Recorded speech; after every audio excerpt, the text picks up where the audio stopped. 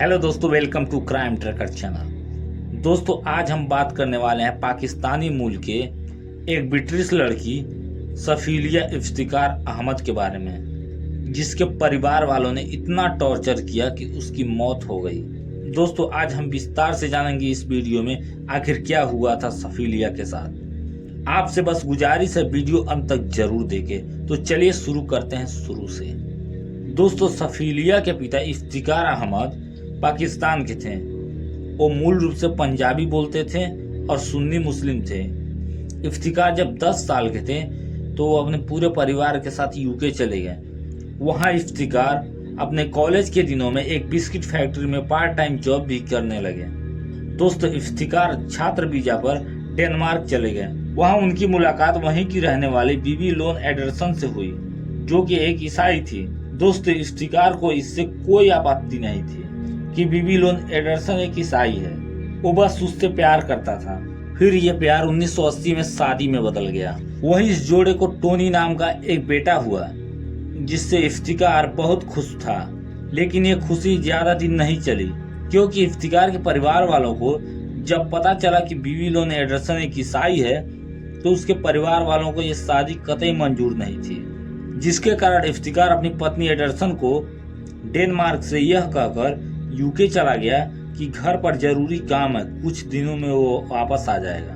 वहीं इफ्तिकार के घर वालों ने इफ्तिकार के दूसरी शादी के लिए एक पाकिस्तानी मूल की लड़की से शादी करने की बात तय कर आए, जिससे इफ्तिकार मना नहीं कर पाया। दोस्तों, इफ्तिकार ने अपनी दूसरी पत्नी एडरसन को फोन करके बुलाया और कहा कि मैंने दूसरी शादी कर ली, तुम भी आ जाओ, सब मिल कर रहेंगे। जिसे सुन एडरसन पूरी तरह भड़क गई और उसने इफ्तिकार को तलाक दे दिया और फिर किनारे हो गई अपने बेटे टोनी के साथ। वहीं इफ्तिकार इससे काफी ज्यादा नाराज हुआ, लेकिन वो कर भी क्या सकता था।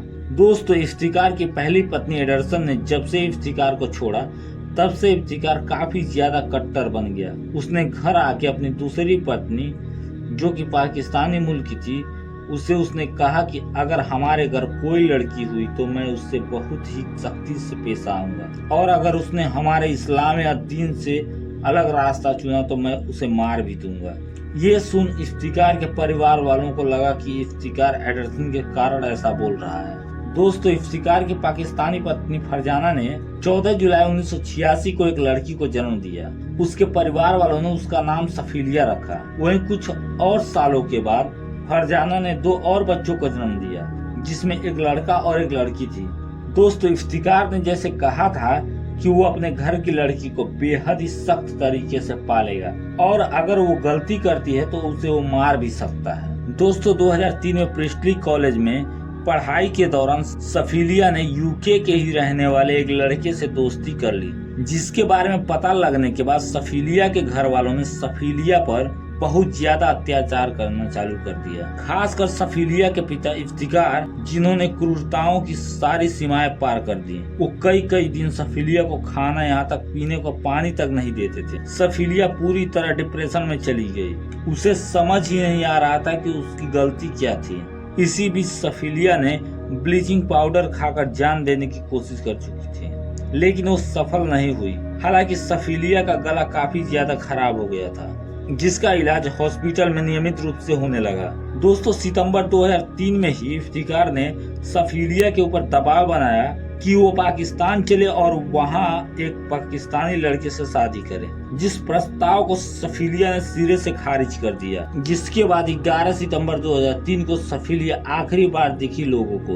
उसके बाद उसे जिंदा कभी दोबारा नहीं देखा गया। वहीं जब सफीलिया के टीचर सफीलिया के कॉलेज ना आने पर इफ्तिकार से पूछताछ करने गए, तो इफ्तिकार ने कहा कि वो पाकिस्तान चली गई। हालांकि सफीलिया के दोस्त जानते थे कि सफीलिया का पूरा परिवार एक शैतान की तरह था सफीलिया के लिए। दोस्तों, सफीलिया के टीचरों ने पुलिस में सफीलिया की गुमशुदगी की रिपोर्ट लिखवाई। वहीं जब सफीलिया के कमरे की पुलिस ने तलाशी ली, तो उन्हें एक डायरी मिली, जिसमें सफीलिया ने अपने साथ हुए अत्याचारों को छोटे छोटे कविताओं के माध्यम से लिखा था, जिसे टेलीविजन पर चलाया गया और फिर यूके में एक जन सैलाब सा उमड़ पड़ा सफीलिया की खोज में। और लगभग 6 महीने बाद फरवरी 2004 को वारिंगटन से 110 किलोमीटर दूर कुम्ब्रिया के सेंडविक के पास केंट नदी में भारी बाढ़ के कारण एक लाश मिली, जिसकी हालत बहुत ज्यादा खराब थी। हालांकि सफीलिया ने सोने के जिग जैग और एक कंगन पहना था, जिसकी पहचान उसके दोस्त और उसके परिवार वालों ने की। और फिर इफ्तिकार के पूरे परिवार के ऊपर सफीलिया को प्रताड़ित करने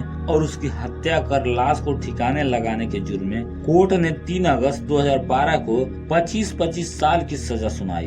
दोस्तों, आपको इस केस के बारे में क्या कहना है, हमें कमेंट के माध्यम से जरूर बताएं।